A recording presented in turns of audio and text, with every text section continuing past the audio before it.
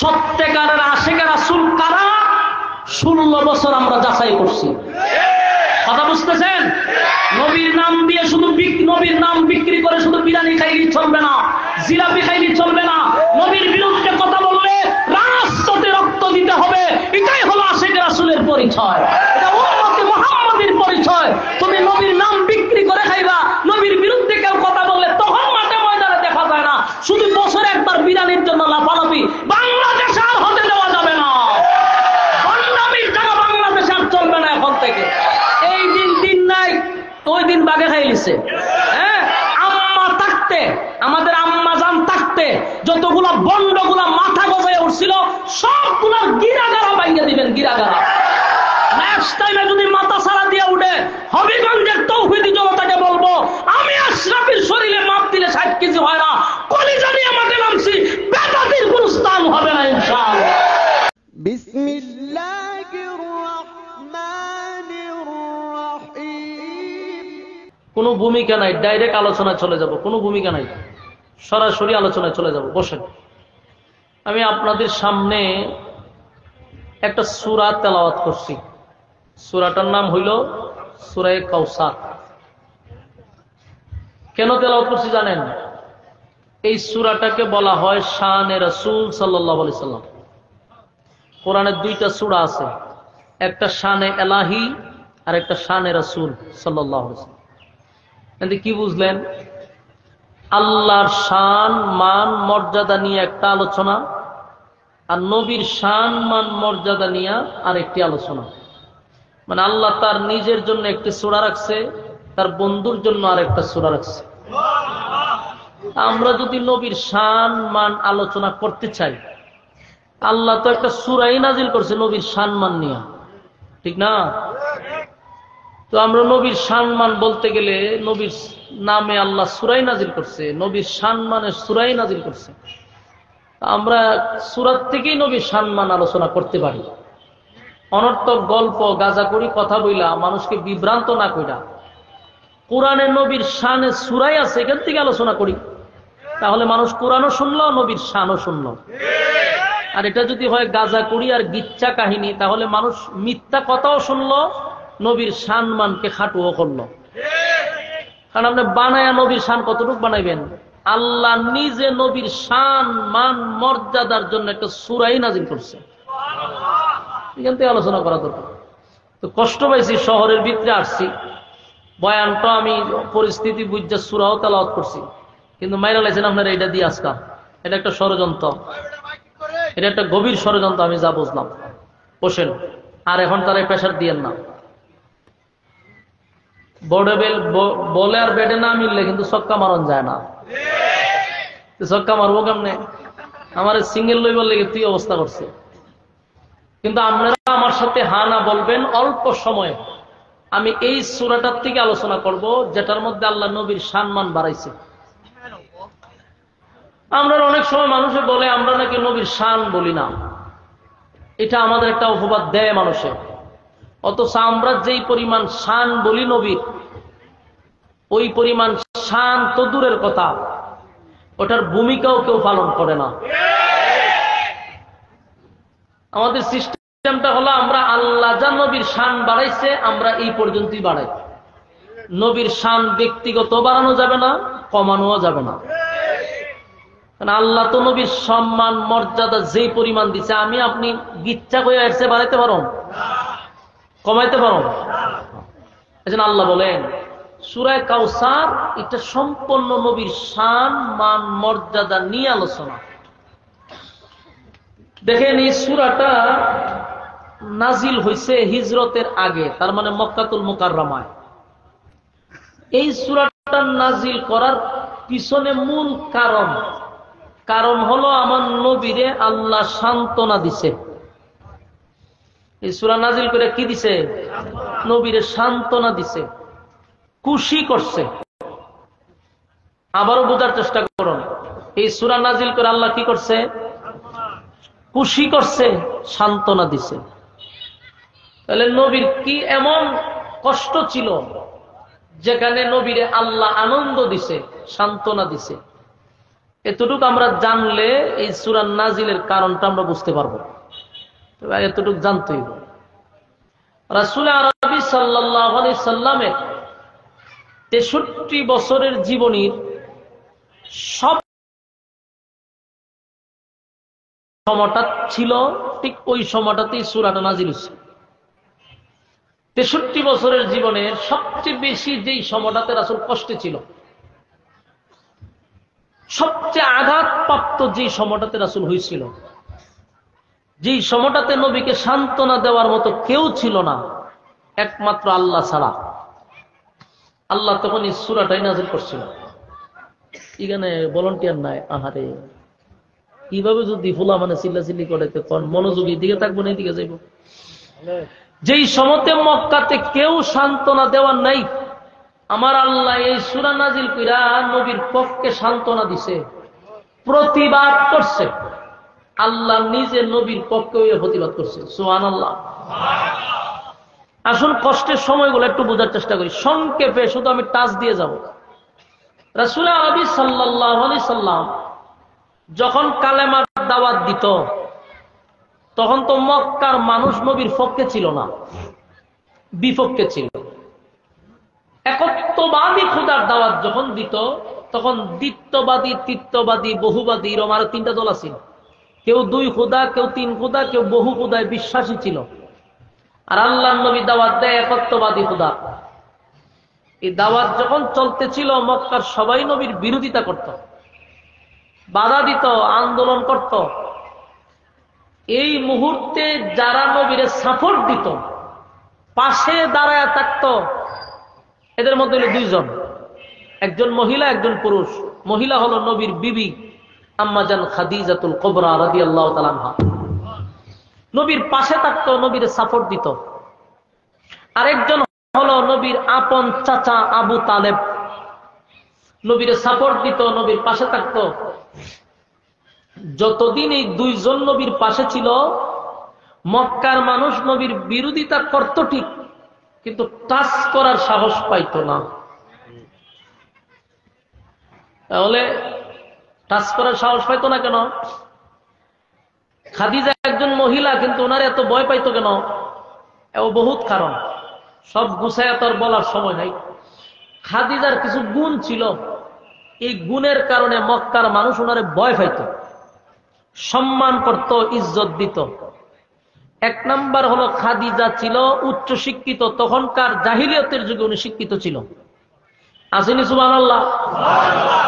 2 number হলো উনি বংশীয় মর্যাদার দিক দিয়েও ভালো বংশের ছিল। 3 নাম্বার হলো ওনার অর্থ ছিল, টাকা পয়সা ছিল, ব্যবসা বাণিজ্য ছিল, এক ধরনের শিল্পপতি ছিল তখনকার যুগে। 4 নাম্বার হলো তখনকার সবচেয়ে সুন্দরী ছিল। কিছু গুণে গুণান্বিত হইলে মানুষ সম্মান করে। এই সমাজে যদি মাইক বাহিরে চলে না, এগুলো তো ষড়যন্ত্র আছে। তো পুরো প্ল্যান, আমার সময় সব মাইক বন্ধ থাকবে কেন? বরং আমার সময় আওয়াজ বাড়িব বেশি, আরো সব মাইক বাহিরে বন্ধ করে রাখবো কেন? উদ্দেশ্য কি? সব মাহফিল মাইক বন্ধ, বাইরে বন্ধ করে রাখছে।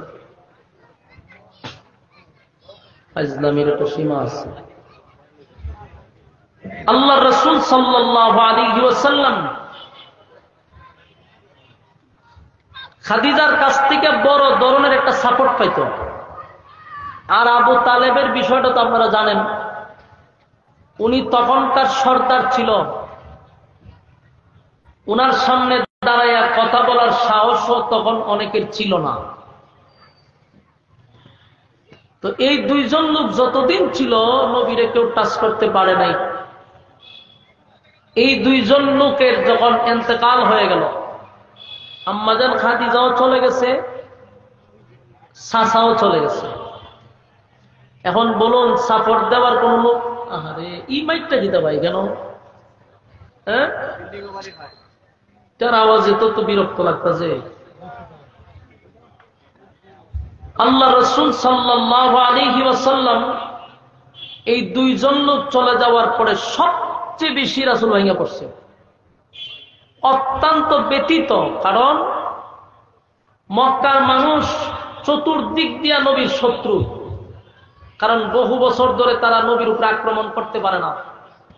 কিন্তু সবচেয়ে কাছের দুইজন ব্যক্তি চলে গেছে। বলুন কষ্ট আসেনি ভিতরে? আপনারা এই কয়েকটা জায়গায় একটু মনোযোগ দিয়ে শুনেন। রাসূলের ভিতরে কষ্টটা কি পরিমাণ একটু মনোযোগ দিয়ে শুনেন। চাচাও গেছে, স্ত্রীও গেছে।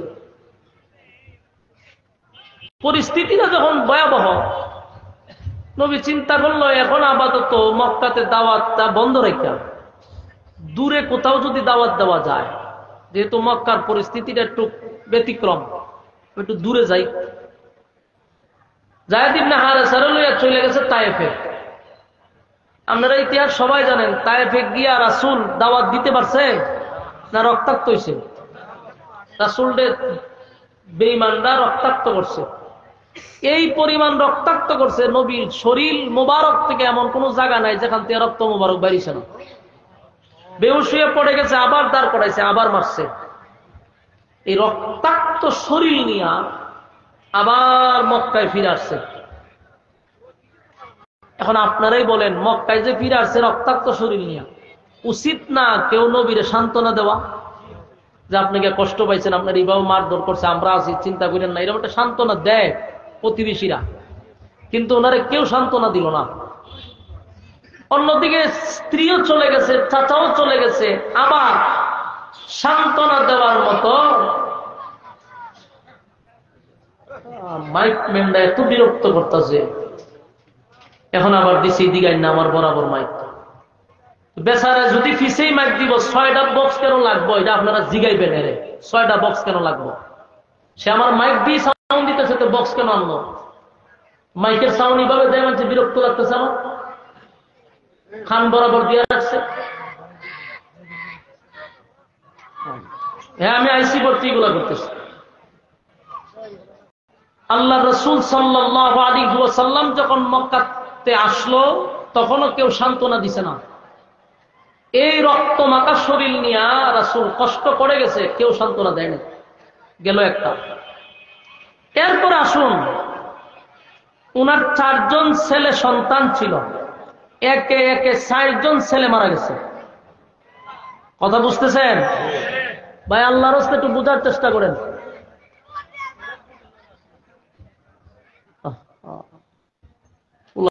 টুলাফান সব লামাই দিছে মারুকের বললে। মনোযোগ দেন। আমারও শিক্ষা হয়েছে আলহামদুলিল্লাহ। আমার দিকে তাকান, সময় কম, আমারও শিক্ষা হয়েছে, দিকে তাকান। আল্লাহ রাসূল সাল্লাল্লাহু আলাইহি সাল্লামের এই কষ্টের কথাগুলো আপনারা 4টা পয়েন্ট ইয়াদ রাখেন ভাই, কোন রকম 4টা পয়েন্ট স্মরণ রাখেন। এরপর ইনশাআল্লাহ আমি আপনাদের কাছে বিদায় নিতেছি। মেহেরবানি করে একটু মনোযোগ দেন, হাতে পায়ে ধরে মনোযোগ দেন। 1 নাম্বার হলো খাদিজা চলে গেছে। কেন সূরাটা নাজিল হয়েছে আপনারা এই জায়গাটা না বুঝলে সামনে বুঝবেন না। 1 নাম্বার খাদিজা চলে গেছে, 2 নাম্বার চাচা, 3 নাম্বার নিজে রক্তাক্ত, 4 নাম্বার 4জন ছেলে রাসূলের চলে গেছে। বাবা হিসাবে তো একটা কষ্ট আছে। যদিও উনি আল্লাহ নিয়ে গেছে, এখানে নবীর কোনো অভিযোগ নাই, কিন্তু বাবা হিসাবে মনে একটা অবশ্যই কষ্ট। 4জন ছেলে একে একে চলে গেছে। কষ্টগুলো একটা একটা খেয়াল করেন, ইয়াদ রাখবেন। স্ত্রী, চাচা, নিজে রক্তাক্ত, 4জন ছেলে। শেষ না, এরপরে শুনুন।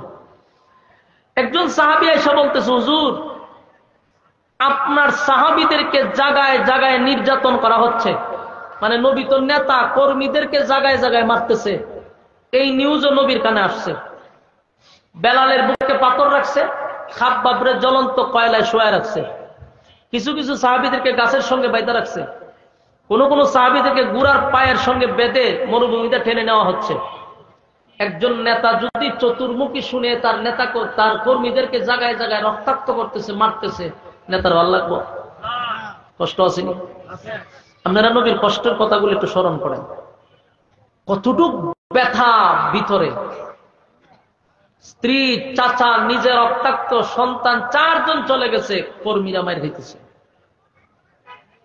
এই সমস্ত কষ্টগুলা লইয়া খানায় কাবার কাছে বসা।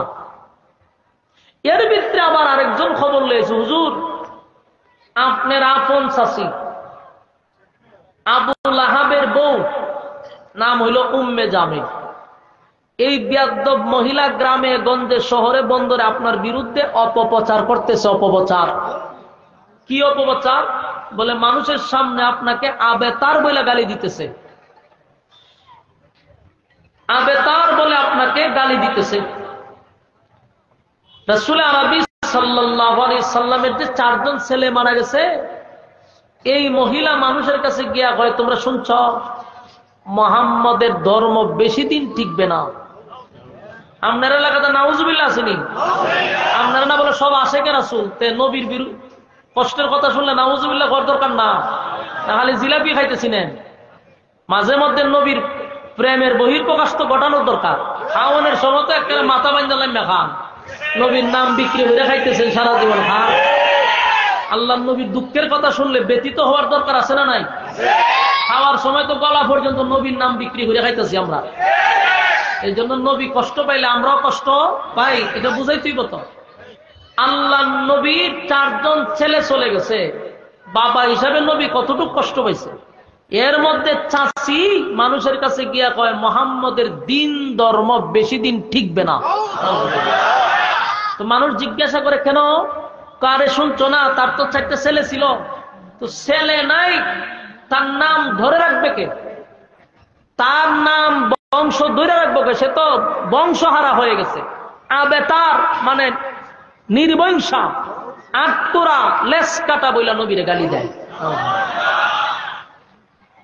এই কথাগুলি অন্য মানুষে বলে না, আপন চাচি রক্তের সম্পর্ক গিয়া নবীর বিরুদ্ধে কয় বেশি দিন দিন ধর্ম টিকতো না, মুহাম্মদের নাম নেওয়ার মতো একটা লোক জমিনে থাকবে না।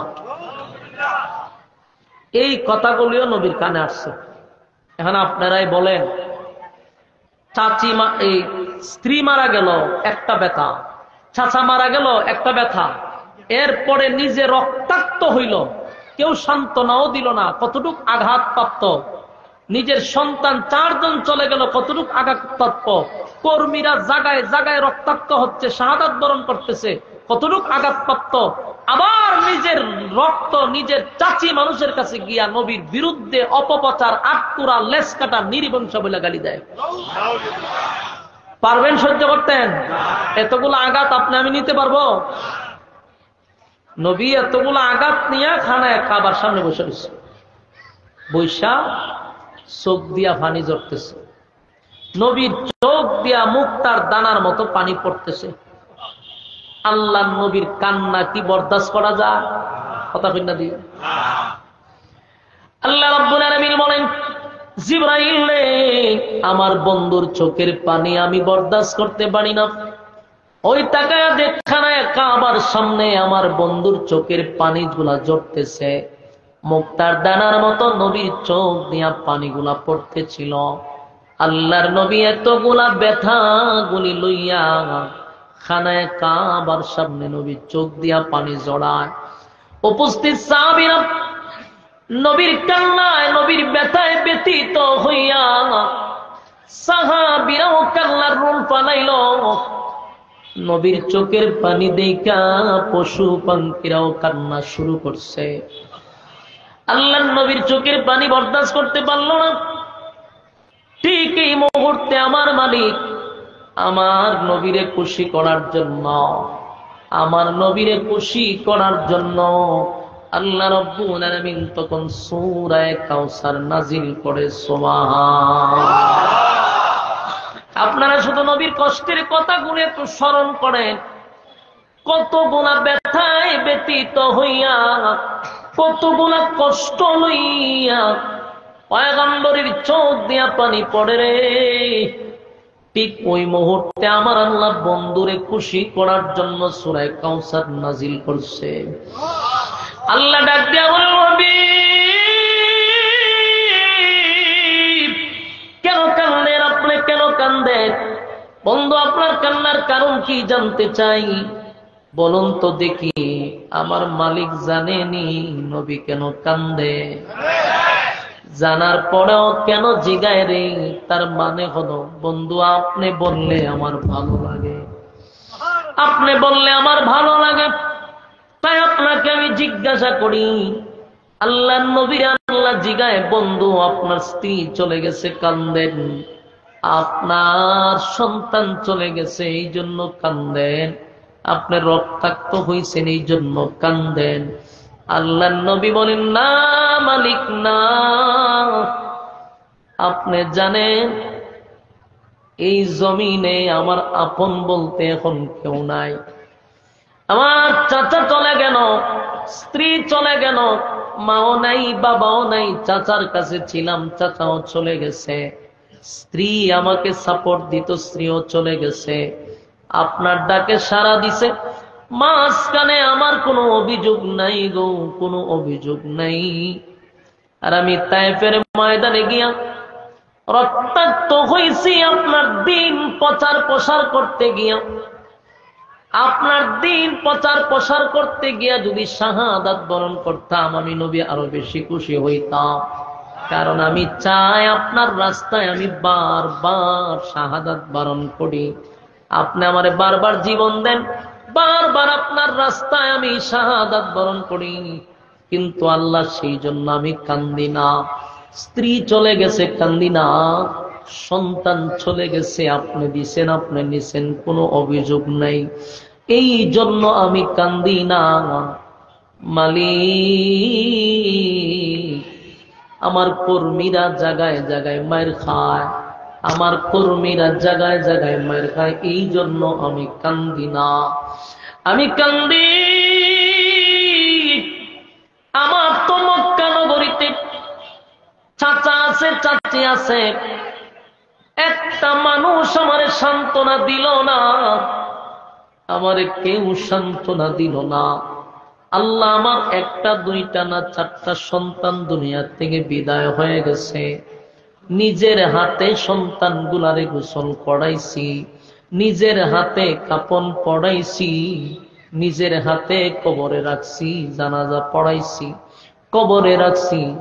বাবা হিসাবে তো কিছু আঘাত লাগতেই পারে। আমার আপন চাচি আমার সান্ত্বনা দিল না, চাচা সান্ত্বনা দিল না, এতেও আমার কষ্ট লাগে নাই। কারণ আপনার দেওয়া নিয়ামত আপনি দিছেন, আপনি নিছেন, আমার কোনো কষ্ট নাই। আল্লাহ আমার সাহাবীদেরকে দিনের জন্য, ইসলামের জন্য ঈমান আনার কারণে জায়গায় জায়গায় নির্যাতন করতেছে, জায়গায় জায়গায় মারে রে। বেলালের জিহ্বার মধ্যে আল্লাহ বলার অপরাধে পেরাক মাইরা দিছে। বেলালের অপরাধ একটাই, অপরাধ আল্লাহ বলার কারণে বেলালের জিহ্বাটা বাহির করে পেরাক মেরে দিছে রে। তবু আল্লাহ বলা ছাড়ে নাই, আল্লাহ বলা ছাড়ে নাই। খাব্বাবরে জ্বলন্ত কয়লার মধ্যে শোয়া দিছে, ঈমান ছাড়ে নাই, ঈমান ছাড়ে নাই, ঈমান ছাড়ে নাই। আমার যুবক ভাইরা, আল্লাহর নবী বলেন, মালিক, সাহাবীরা জায়গায় জায়গায় মায়ের খায়, এই জন্য কান্দি না। কারণ তারা যদি ইসলামের জন্য, দিনের জন্য শহীদ হয়ে যায়, আপনার তুই জান্নাত পাবে, তা আমার দুঃখ পাওয়ার কিছু নাই। আমি কান্দি যেই কারণে আমার মা নাই, বাবা নাই, আত্মীয় স্বজন কেউ নাই, যারা ছিল তারাও বিরুদ্ধে। আমার চাচি তো আমার মায়ের মতো, আমার যে চারটা ছেলে চলে গেল, আমি যে রক্তাক্ত হইলাম, উচিত ছিল আমার চাচি আমার সান্ত্বনা দেওয়া, সান্ত্বনা দেওয়া। সান্ত্বনা তো দিলই না। গ্রামে গঞ্জে শহরে বন্দরে সব জায়গায় মানুষের কাছে গিয়া কয়, আমি আবেতার, আমি আটপুরা, আমি লেস কাটা, আমার নাম নেওয়ার মতো কেউ থাকবে না। মালিক, এটা বরদাস্ত করতে পারি না, আমি সহ্য করতে পারি না। আমার আপন চাচি হইয়া কেমনে গো মানুষের কাছে গিয়া কয় আমার বংশ থাকবে না, আমার নাম নেওয়ার মতো কেউ থাকবে না। সেই ব্যথায় ব্যতীত হইয়া আমি নবী কান্দি। আল্লাহ ডাক দেয়া বলে, হাবিব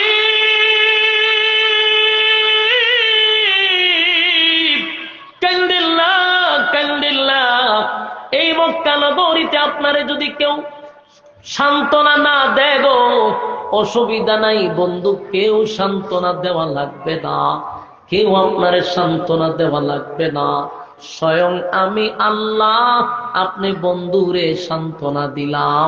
চিৎকার দেয়া কোন সুবহান। আল্লাহ ডাক দেয়া বলে, বন্ধু শুধু সান্ত্বনা নয় গো, আমি আপনারে গিফট করলাম, ইন্না আতাইনা কাল কাউসার। আল্লাহ সূরা কাউসার নাজিল করে বন্ধুরে কি পরিমাণ খুশি করছে। নবী যখন কাঁদতে ছিল, নবীর তন্দ্রা চলে আসছে, নবীর তন্দ্রা চলে আসছে, নবীর তন্দ্রার মাঝখান দিয়ে মুস্কি হাসি মারছে। সাহাবায়ে কেরাম জিজ্ঞাসা করে, নবীজি এতক্ষণ আপনি কাঁদলেন, এতক্ষণ আপনি কাঁদলেন, কান্নার মাঝখান দিয়ে কেন মুস্কি হাসি দিলেন? এটা তো রহস্যজনক। কান্নার মাঝখানে যদি কেউ মুস্কি হাসি দেয়, ভাই আল্লাহর একটু সাউন্ড দেন, স্টেজে একটু সাউন্ড দেন, স্টেজে দেন, স্টেজ সাউন্ড, কোনো স্টেজে কোনো সাউন্ড নাই। জান বাড়ির তো আমার স্টেজে সাউন্ড দেন। ফালতু মাইক লয়েছেন, আইসক্রিম বেছেন রাস্তাঘাটে, দিবালা ছিল ফালতু স্টেজে সাউন্ড, আমার জান বেড়ে যেতেছে, স্টেজে সাউন্ড দেন।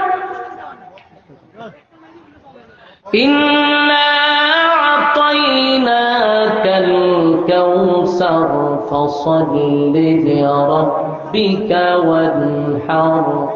আল্লাহ বলে, ইন্না আতাইনাকাল কাউসার, বন্ধু নিশ্চয় আপনাকে আমি কাউসার দান করছি। জোরে কোন সুবহানাল্লাহ, আরো জোরে কোন আল্লাহু আকবার। এই ইমানের আওয়াজ দিয়ে বল আল্লাহু আকবার, আরো জোরে কোন আল্লাহু আকবার। আল্লাহ বলেন, বন্ধু আপনাকে আমি কাউসার দান করলাম, নিশ্চয়ই নিশ্চয়ই আপনাকে আমি কাউসার দান করলাম। বন্ধু আপনারে কাউসার দান করছি, দিব এমনটা নয়, আপনারে দিয়া দিছি। কাউসারটা নবীরে দিয়া দিল, আর বলল আদম থেকে লই ঈসা রূহুল্লাহ পর্যন্ত কত নবী রাসূল আমি দুনিয়ার জমিনে পাঠাইলাম। বন্ধু কাউরে আমি কাউসার দেই নাই, কাউরে কাউসার দেই নাই। আপনি নবীরে কাউসার দিলাম, 4টা ছেলে নিয়ে গেছি।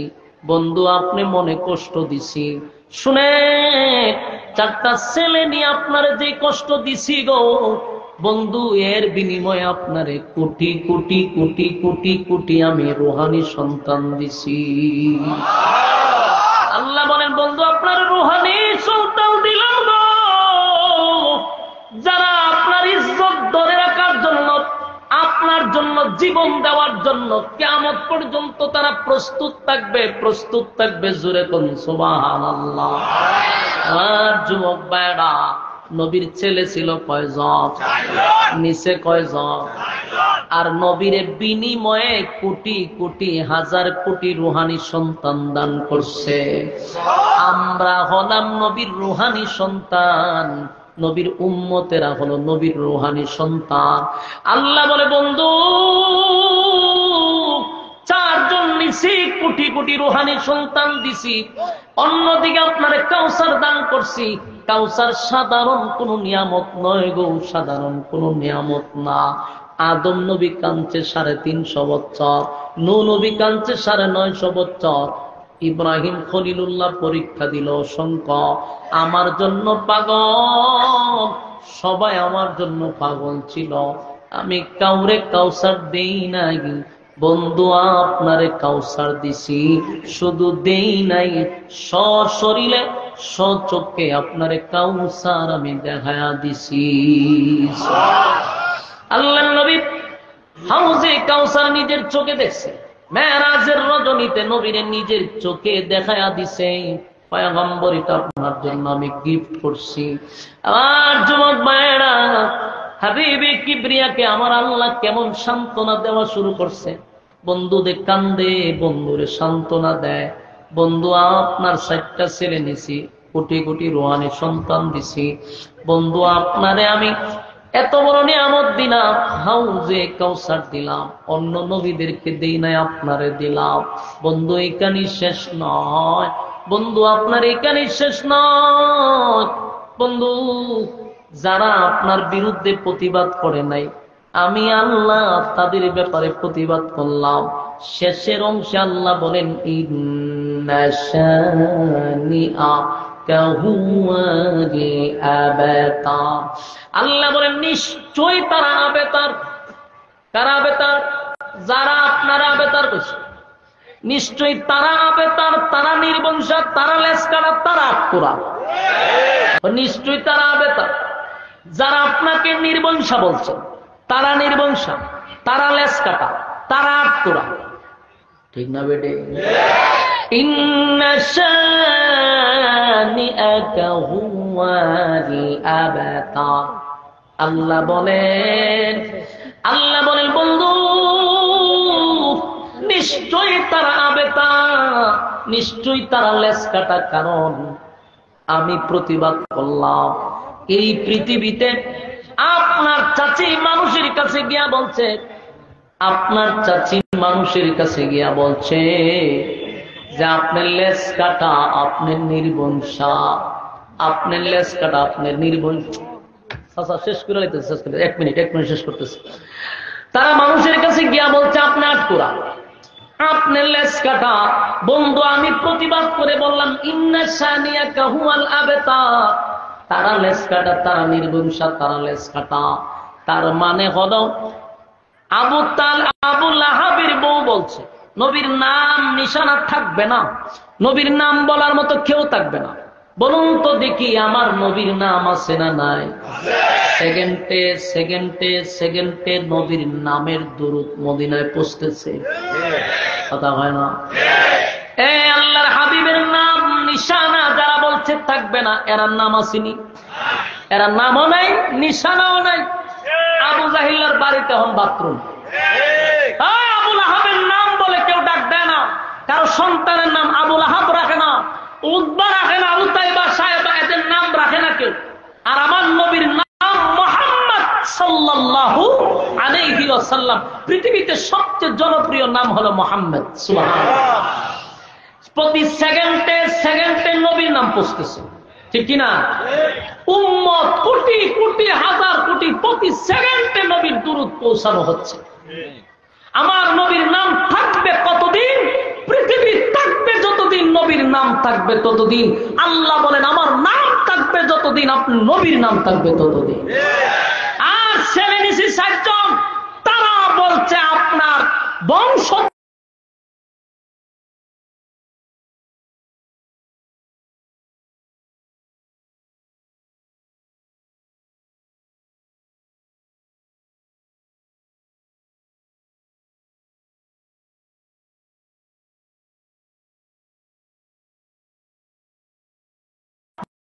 বহু ব্লগার, বহু নাস্তিক, বহু মুরতাদ নবীর বিরুদ্ধে ফেসবুকে লেখালেখি করছে।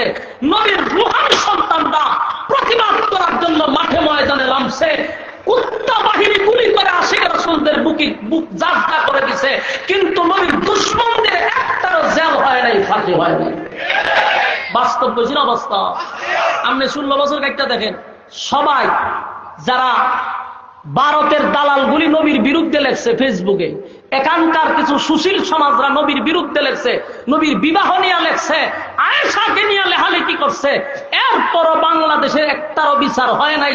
যারা নবীর প্রেমে পাগল হইয়া মাঠে ময়দানে নামছে নবীর ইজ্জত রক্ষার জন্য, তাদেরকে পাখির মতো গুলি করে মারছে।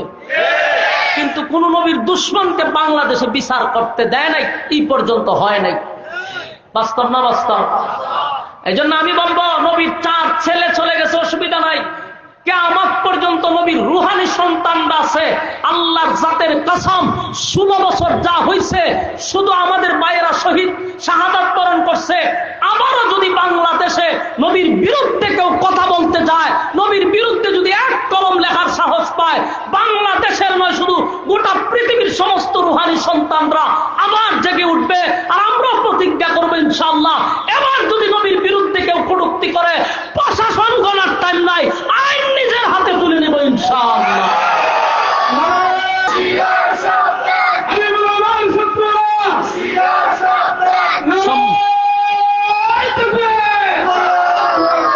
সম্মানিত শুধু একটা কথা শুধু আপনাদেরকে মেসেজ দেওয়া যায়, সত্যিকারের আশিকের রাসূল কারা 16 বছর আমরা যাচাই করছি। কথা বুঝতেছেন? নবীর নাম দিয়ে শুধু নবীর নাম বিক্রি করে শুধু বিরিয়ানি খাইলে চলবে না, জিলাপি খাইলে চলবে না। নবীর বিরুদ্ধে কথা বললে রাজপথে রক্ত দিতে হবে। এটাই হলো আশিকের রাসূলের পরিচয়, এটা উম্মতে মুহাম্মাদের পরিচয়। তুমি নবীর নাম বিক্রি করে খাইবা, নবীর বিরুদ্ধে কেউ কথা বললে তখন মাঠে ময়দানে দেখা যায় না, শুধু বছরে একবার বিরিয়ানির জন্য লাফালাফি। বাংলাদেশে আর হতে দেওয়া যাবে না, বন্ডামির জায়গা বাংলাদেশে আর চলবে না এখন থেকে। এই দিন নাই, ওই দিন বাগে খাইলিছে। হ্যাঁ, আম্মা থাকতে, আমাদের আম্মা জান থাকতে যতগুলা বন্ডগুলা মাথা গজায় উঠছিল সবগুলা গিরাগারা বাইঙ্গে দিবেন, গিরাগারা। নেক্সট টাইমে যদি মাথা সারা দিয়ে উঠে হবিগঞ্জের তৌহিদি জনতাকে বলবো, আমি আশরাফির শরীরে মাপ দিলে 60 কেজি হয় না, কলিজা নিয়ে মাঠে নামছি, বেদাতির কোন স্থান হবে না ইনশাআল্লাহ। কোন বন্ডদের স্থান হবিগঞ্জ থেকে হবে না। এর জন্য প্রতিবাদ করে তুলুন, এক একজন দুর্গ করে তুলুন। আপনারা মুজাহিদের মতো ভূমিকা পালন করুন। আল্লাহর কসম, বেদাত মুক্ত হতে 1 সপ্তাহ লাগবে না, তবে বিড়ালের মতো না, বাঘের মতো। কথা বুঝতেছেন? এই মিয়া তো ভয় পান কেন? ভয় পান কেন? বেদাত যেগুলা বেদাত করে, শিরিক করে, নবীর বিরুদ্ধে বলার পরে যারা প্রতিবাদ করে এরা কিসে আশিক রাসূল? কয়টারে রক্ত দিতে দেখছেন? কয়টারে মারে নামতে দেখছেন? আমাদের কওমির আলেমরা রক্ত দিছে রাজপথে নবীর জন্য, জেল কাটছে আমরা নবীর জন্য। 16 বছর একটারও তো দেখলাম না নবীর পক্ষে রক্ত দিতে। হ্যাঁ, খাওয়ানোর সময় ঠিক আছে, এজন্য বলবো ভয় পাওয়া যাবে না। কথা বুঝতেছেন? আবু উবাইদা ইবনুল জাররাহ, আবু উবাইদা ইবনুল জাররাহ, উনি এক যুদ্ধের সেনাপতি ছিল। আবার উনার সাথে ছিল খালিদ বিন ওয়ালিদ, উনি ছিল তখন বাহিনীর মধ্যে। তো উনি নামাজ পড়াইতেছে, সালাম পিরাই দেখে অসংখ্য কাফেররা তাদের অস্ত্র নিয়ে মুসলমানদেরকে ঘেরাও করছে। সালাম পিরাই দেখে যে শত্রু চতুর্দিক দিয়ে ঘেরাও করে নিচ্ছে। ঘটনা কি রে? তখন শত্রুরা উস্কানি দিতেছে, আবু উবাইদা ইবনুল জাররাহ, এই নি তোমরা মুসলমান, আজকে তোমাদের অস্তিত্ব বিলীন করে দিব। মানে বিভিন্ন ধরনের উস্কানিমূলক একের পর এক কথা বলতেছে। উনি তো চুপ করে বসে রয়েছে। অনেকক্ষণ তাদের বড় বড় কথা শোনার পরে আবু উবাইদা ইবনুল জাররাহ বলল, আমার এখানের মধ্যে কে আছেন যে পুরো 60,000 সোলজার বাহিনীরে একজনে দৌড়াইবেন? কে আছেন? এরা কতজন? 60,000। আর এরা 60-70 জনিব। 60,000 রে কে দৌড়াইতে পারে? একজন দাঁড়ান। এরকম 3 জন সাহাবী দাঁড়াইছে, কিন্তু আবু উবাইদা ইবনুল জাররাহ তাদেরকে অনুমতি দেয় নাই। 4 নম্বরের মাথায় খালিদ বিন ওয়ালিদ দাঁড়াইছে। আমি পারবো পারবো বলছে বলে উনি আমি আপনারই তালাশ করছিলাম, এখানে আসেন। ঠিক আছে, আপনি পারবেন বললেন, কিন্তু আমার যুক্তি দিতেই বল। আপনি আমার বুঝাইতে হবে যে 60,000-এর সাথে আপনি কিভাবে একা লড়াই করবেন, এটা কিভাবে সম্ভব আমারে বলেন। উনি প্রথমেই বলছে যে আল্লাহর নবী বলছে যাদের ভিতরে ঈমান নাই এরা মুর্দা। যাদের ঈমান নাই এরা কি? মুর্দা। আর যাদের ঈমান আছে এরা জিন্দা। এরা 60,000 কেন, এরা 60 লক্ষ আইলো, আমি মনে করি আমি জিন্দা, এরা মুর্দা। সুবহানাল্লাহ। তরবারি লইয়া একটা দৌড় দিছে 60,000-এর ভিতরে, এরা 60,000-এর ডুসাডুসি লেগে সব সমান হয়ে গেছে। তো কলিজা থাকতে হবে অনেক বড়। কথা বুঝতেছেন? লড়াই করতে হবে, সংগ্রাম করতে হবে। ইসলাম কায়েমের জন্য নবী রক্ত জড়াইছে, ইসলাম জিন্দা হইছে। আপনারা হবিগঞ্জবাসীকে বলবো, এটা তাফাজ্জল হক হবিগঞ্জের এলাকা, আহলে হকদের এলাকা, কোন শিরিক কোন বেদাত করতে দিবেন না। রাজি আছেন ইনশাআল্লাহ? আর যদি বাংলাদেশে কেউ নবীর বিরুদ্ধে কথা বলে, কোন আইনের ওই বিচার হইবে কোন সময়, এই অফার কামরা করার ধৈর্য নাই।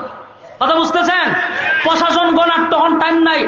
নবীর দুশ্মনের বিচার উম্মতে মুহাম্মদী নিজের হাতে করবে ইনশাআল্লাহ। কারা কারা রাজি আছেন হাত তুলে দেখায়া দেন। লিল্লাহি তাকবীর, লিল্লাহি তাকবীর।